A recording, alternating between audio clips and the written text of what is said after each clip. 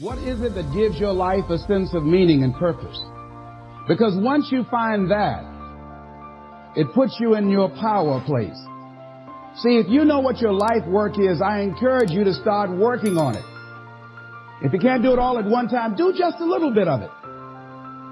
And if you don't know what it is that you showed up to do, if you don't know why you're here, I encourage you to find out what your purpose is here. What is the meaning of your life? What will be different? Have you ever asked yourself that question? I've done that. I remember coming from a friend of mine's funeral, and I was reflecting on how much time I had left. And I went for a walk in a park thinking about this guy whose life was so promising. And I mean, he wasn't an old guy. He was quite young, in fact. And I thought about all of the things that he said he was going to do, and he never got a chance to do those things. And I started thinking about my own life and how much time I had left to do the things that I would like to do. And at that time, I wasn't sure what my life purpose was, what my life's work was. I wasn't sure about it at that time. And I thought about it quite a lot. I had some idea, but I wasn't convinced. And I don't think I felt worthy. I didn't believe that it could be me to do this kind of work that I'm doing right now. And I say to you that if you begin to take a conscious effort to find out what it is that you're supposed to do, I say that it can literally save your life. I said that it can literally save your life. 80s is all they deserve. This is all they've ever seen. It's been passed on to them. And they think that this is it for them. Oh, no. I was looking what Dr. Blanton, Smiley Blanton, who is a colleague of Dr. Norman Vincent Peale, what he said about fear. He said, fear is the most subtle and destructive of all human diseases. Ladies and gentlemen, fear kills dreams. Fear kills hope. Fear put people in the hospital. Fear can age you.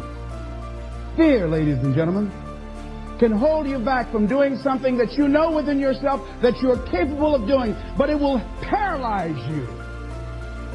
And it seemed like you're in a hypnotic spell. And I ask you a question, what is the benefit? What's the benefit of allowing fear to hold you back?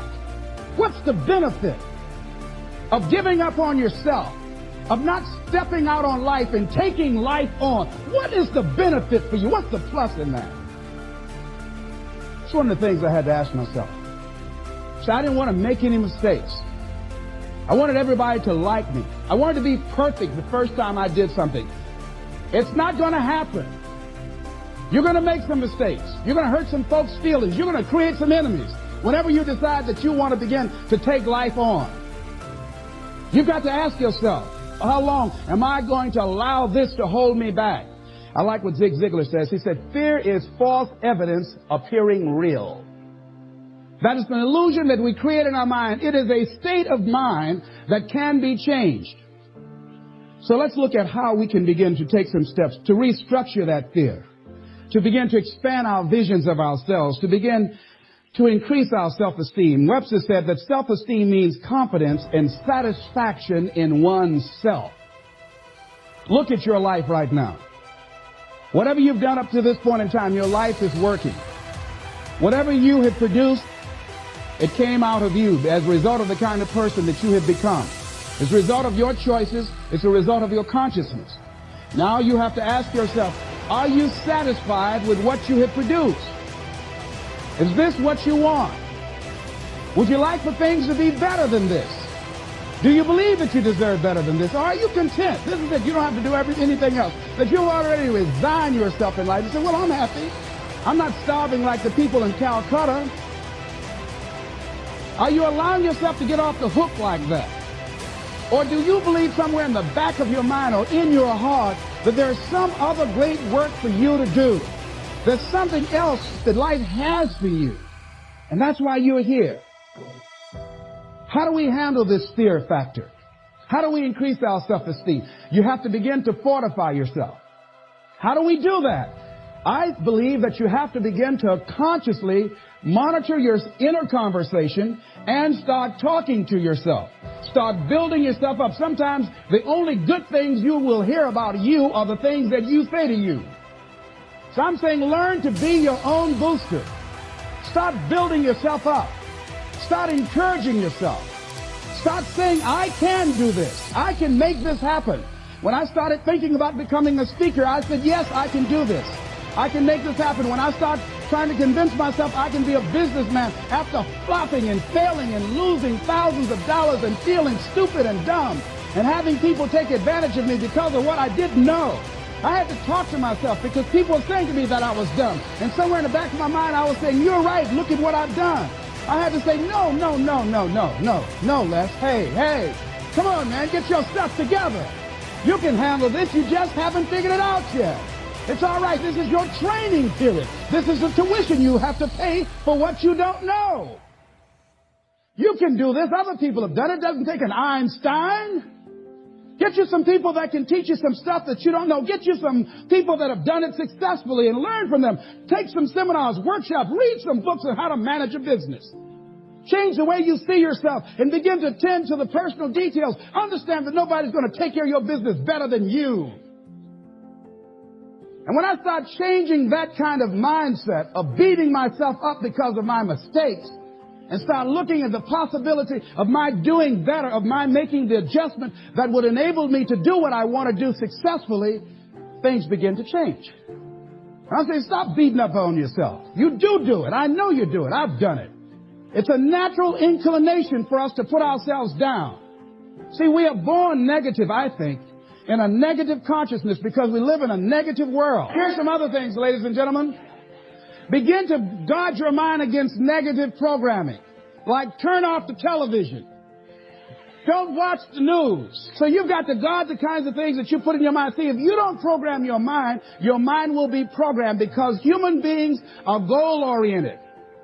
That's why we die of broken hearts early. That's why we're running through life to early graves. We're going through life, ladies and gentlemen. And I think that Henry David Thoreau said that most men live in quiet desperation. Most of us go through life running scared.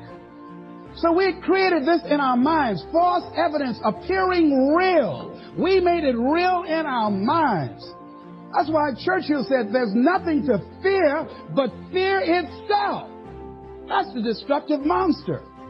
So turn off things that can contribute to your fear. Turn a deaf ear to people that all they can do is talk about how negative things are because they have bought into the consciousness of the world. Start attending workshops, seminars, listening to tapes on a daily basis to begin to recondition your mind, to retrain your thinking. Faith comes by what?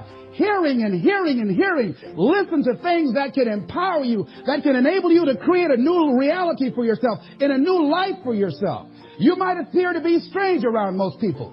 You know, most people think you're strange if you're happy today. See, these people have not found their purpose in life. That's why they're grumpy. That's why they're miserable. That's why they're so negative. They're hurting and they want to hurt other people. So start practicing using programs for your mind. Seminars, books, workshops. Keep a journal. Record your thoughts. What's happening with you? Every day when you get up, have a journal near you. See, ladies and gentlemen, we get 3 to 4 thoughts a year that if we would act on those thoughts, they could change our life. What idea are you sitting on? Write your ideas down. And then, once you get that idea, take the leap. Take the leap. See, it's out here in the universe. If you don't take the plunge, I guarantee you, somebody else will. Take the plunge. Go into action. And ladies and gentlemen, you will be surprised at how things will come together. You'll be surprised. Now, you're going to have some difficult challenges. I can tell you that now. Be aware of that. Things are not going to work out exactly right. For a time they will, sometimes. And that's when life is just playing a game with you. I want you to feel good and relax. But ladies and gentlemen, go into action with your dream. And don't avoid where the fights are. Get in the midst of the fight. Get knocked down so you can learn how to fight, so you can hold your position. See, most people don't get out in the arena of life because they don't want to fight. Most people don't get out there because they don't want to get knocked down. They don't want to be dropped to their knees. But see, you're going to be dropped whether you're on the field or whether or not you're sitting on the sidelines. You're going to be dropped. So at least get dropped for something. See, that's how most people are spectators in life. You don't want to be a spectator. You want to get out in the field where the action is, and you will be amazed.